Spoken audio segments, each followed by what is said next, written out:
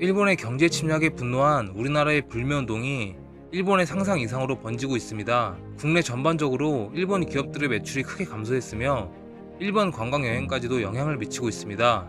최근 일본 관광청의 발표에서는 한국의 관광 불매가 일본에는 큰 영향을 주지 않는다고 밝히고 있지만 현재 일본 관광지와 지자체들의 상황을 보면 일본 관광청의 견해와는 전혀 다른 양상을 보여주고 있습니다. 오키나와 관광재단의 타이라 초케이 회장은 초청 강연장에서 본인이 직접 한국을 방문해 한국 관광 관계자와 만날 계획을 이야기하며 한국에서 관광 온 사람들이 오키나와에 좋은 생각을 하며 관광할 수 있도록 대응책을 마련하겠다라고 강조했습니다. 다마키 데니 오키나와현 지사 또한 항공사와 호텔 등 관련 업계와 연계하고 한국인을 포함한 외국인 관광객 환영 행사나 소셜미디어를 통한 홍보를 강화하겠다고 밝혔습니다. 이러한 행보는 비단 오키나와뿐이 아닙니다. 대표적인 일본의 관광지 중 하나인 홋카이도는 공무원들이 직접 공항에 나와 한국인 관광객들을 환영하는 행사를 하고 있습니다.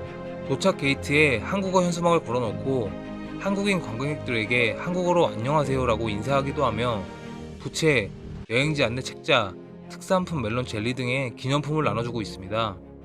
또한 일본의 지자체 대표단이 한국의 항공사들을 찾아다니며 한일 항공 노선을 유지해달라고 부탁 중인 것으로도 알려졌으며 일본의 지자체장이 기자회견을 열어 한국의 불매운동이 지역경제에 큰 문제가 된다고 읍소하기도 했습니다.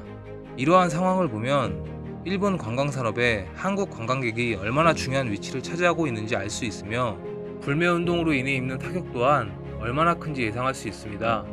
아베 총리는 2015년도 자민당 총재 재선이 결정된 후 기자회견에서 본인의 정책을 표명하며 이렇게 이야기했습니다. 관광은 일본의 성장 전략의 큰 기둥 중 하나입니다.